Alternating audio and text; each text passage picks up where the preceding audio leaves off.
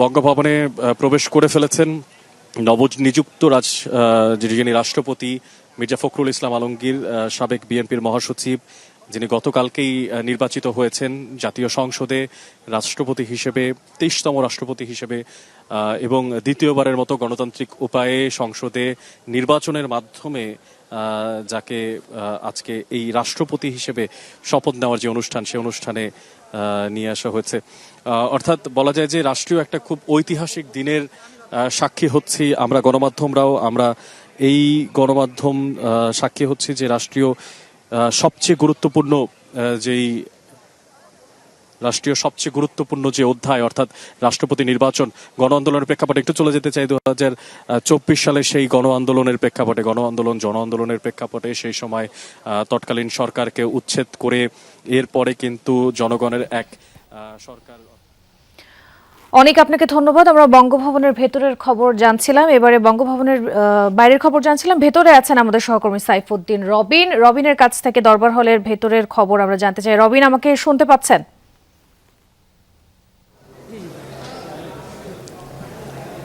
হ্যাঁ তাজরিন, শুনতে পাচ্ছি। রবিন, আমরা বঙ্গভবনের বাইরের খবর জানছিলাম, নবনিযুক্ত রাষ্ট্রপতি প্রবেশ করেছেন, ভেতরের খবর জানতে চাই।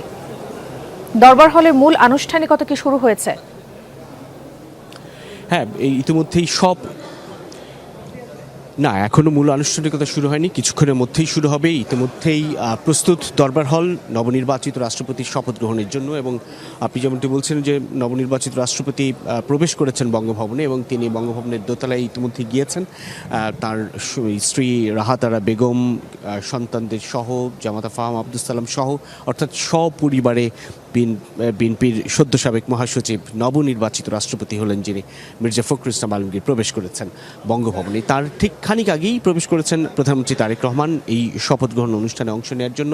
তার আগে বিরোধী দলীয় নেতা ডক্টর শফিকুর রহমান, জামাত ইসলামের আমির সহ অন্যান্য সংসদ সদস্য যারা রয়েছেন তারা সকলেই প্রবেশ করেছেন, এবং মন্ত্রিপরিষদের সদস্যরা ইতিমধ্যেই প্রবেশ করেছেন। দেখতে পাচ্ছেন অর্থ পরিকল্পনা প্রতিমন্ত্রী জুনায়েদ সাকি, তিনি প্রবেশ করছেন। এর আগেই আমন্ত্রিত অতিথিরা আসলে প্রবেশ করে ফেলেছেন, এবং মুক্তিযুদ্ধ বিষয়ক প্রতিমন্ত্রী ইশরাক হোসেন, তারা দুজনেই একসঙ্গে প্রবেশ করছেন বঙ্গভবনের দরবার হলে।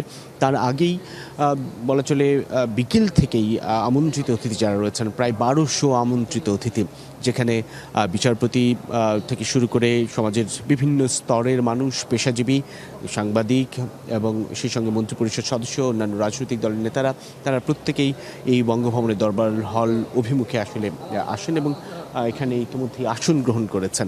দরবার হল প্রস্তুত, এবং নবনির্বাচিত রাষ্ট্রপতি মির্জা ফখরুল ইসলাম আলমগীরকে শপথ পড়ানোর জন্য যেই শপথ পড়াবেন বা পাঠ করবেন মূলত সংসদের ডেপুটি স্পিকার কায়সার কামাল, যেহেতু তিনি ভারপ্রাপ্ত স্পিকার হিসেবে দায়িত্ব পালন করছেন এবং রাষ্ট্রপতির শপথ গ্রহণের স্পিকারকেই পাঠ করাতে হয়, সে কারণে ভারপ্রাপ্ত স্পিকার হিসেবে কায়সার কামাল তিনি শপথ বাক্য পাঠ করাবেন রাষ্ট্রপতি মির্জা ফখরুল ইসলাম আলমগীরকে।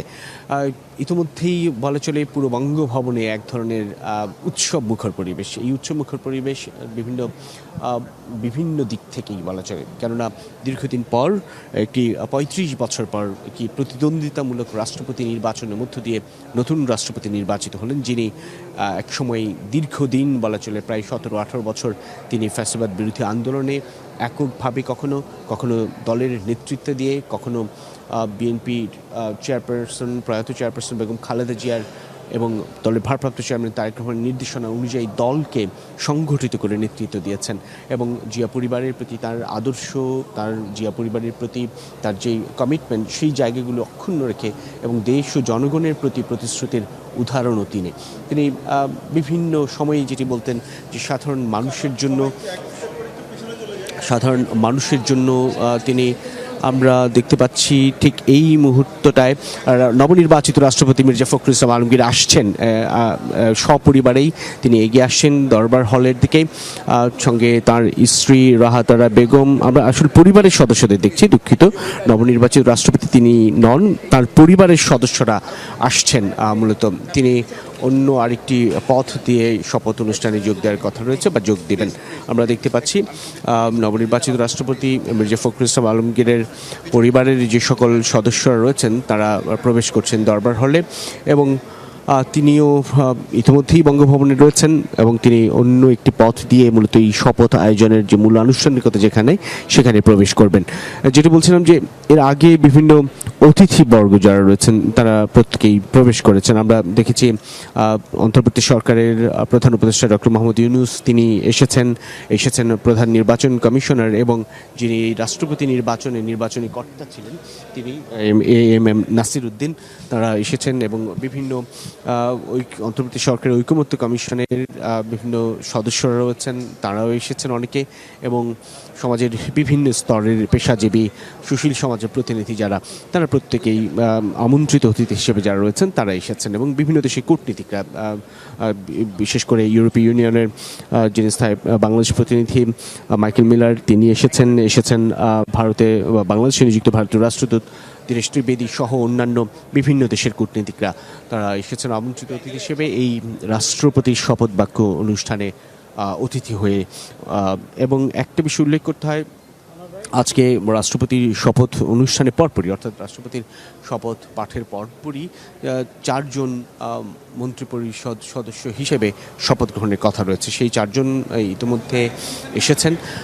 আমরা যতটুকু জানতে পেরেছি সেখানটায় সেই নামের তালিকায় রয়েছে বিএনপি স্থায়ী কমিটির সদস্য ডক্টর মঈন খান, বিজেপি অর্থাৎ Bangladesh Jatiya Party BJP chairman Andaleeb Rahman Partho সহ আরও 2 জন, এবং চিংপ্রু জেরি যিনি পার্বত্য চট্টগ্রাম বিষয়ক মন্ত্রণালয়ের দায়িত্ব গ্রহণ করতে পারেন এমনটি যতটুকু আমরা জানতে পেরেছি।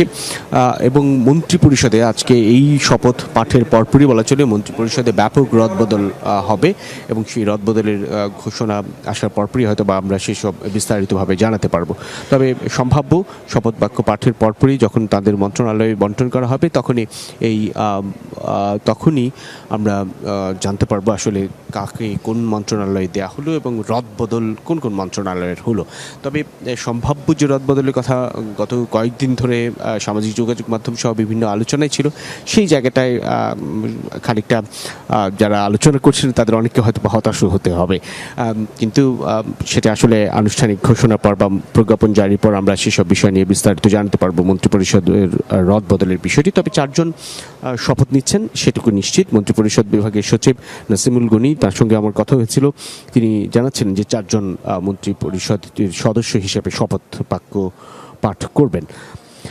আমরা যেটুকু দেখেছি যে প্রধানমন্ত্রী এর আগেই পৌঁছেছেন, প্রধানমন্ত্রী তারেক রহমান তিনি গতকাল যখন রাষ্ট্রপতি নির্বাচন অনুষ্ঠিত হলো তার পরপরই বলা চলে নিজেও খানিকটা আবেগাপ্লুত হয়েছেন এই কারণে যে তার মায়ের সঙ্গে দীর্ঘদিন রাজপথে থাকা, দীর্ঘদিন রাজনৈতিক সঙ্গী হিসেবে এবং তার সঙ্গে দীর্ঘদিন রাজনৈতিক কর্মকাণ্ডে যিনি ব্যাপকভাবে নিয়োজিত ছিলেন, দলের নেতৃত্ব দিয়েছেন, সেই মির্জা ফখরুল ইসলাম আলমগীরকে তিনি রাষ্ট্রপতি হিসেবে দলের তরফ থেকে মনোনয়ন দিয়েছেন, পরবর্তীতে তিনি বিজয়ী হয়েছেন। এইটুকু তার জন্য এক ধরনের ব্যক্তিগত আনন্দের, কেননা দীর্ঘদিনের রাজনৈতিক সহকর্মীকে এক ধরনের রাষ্ট্রের সর্বোচ্চ সম্মানে আসীন হতে দেখা, সেটি প্রধানমন্ত্রীর তরফ থেকেও এক ধরনের নিজের অভিজ্ঞতা থেকে বা নিজের জায়গা থেকে এক ধরনের আনন্দ। এবং সে কারণেই যেমন আমরা সংসদে দেখেছি লাল গোলাপ শুভেচ্ছা দিয়ে অভিনন্দন জানানো নবনির্বাচিত রাষ্ট্রপতিকে প্রধানমন্ত্রীর তরফ থেকে এবং বুকে জড়িয়ে ধরা কিংবা বেশ আবেগাপ্লুত হয়ে ওঠা। এবং এর পরপরই তিনি তার প্রয়াত মা বেগম খালেদা জিয়া, যিনি বিএনপির প্রয়াত চেয়ারপারসন এবং সাবেক প্রধানমন্ত্রী, এবং তার পিতা প্রয়াত রাষ্ট্রপতি জিয়াউর রহমানের সমাধিতে গিয়েছেন শ্রদ্ধা জানাতে। আজ দিনের বেলা শুক্রবার জুমার নামাজ শেষ করে নবনির্বাচিত রাষ্ট্রপতি মির্জা ফখরুল ইসলাম আলমগীর তিনিও গিয়েছেন প্রয়াত রাষ্ট্রপতি জিয়াউর রহমান এবং সাবেক প্রধানমন্ত্রী বেগম খালেদা জিয়ার সমাধিতে শ্রদ্ধা জানাতে। আগামীকাল নবনির্বাচিত রাষ্ট্রপতি সকাল 11:15 নাগাদ জাতীয় স্মৃতিসৌধে শ্রদ্ধা জানাতে যাবেন। সেই ধরনের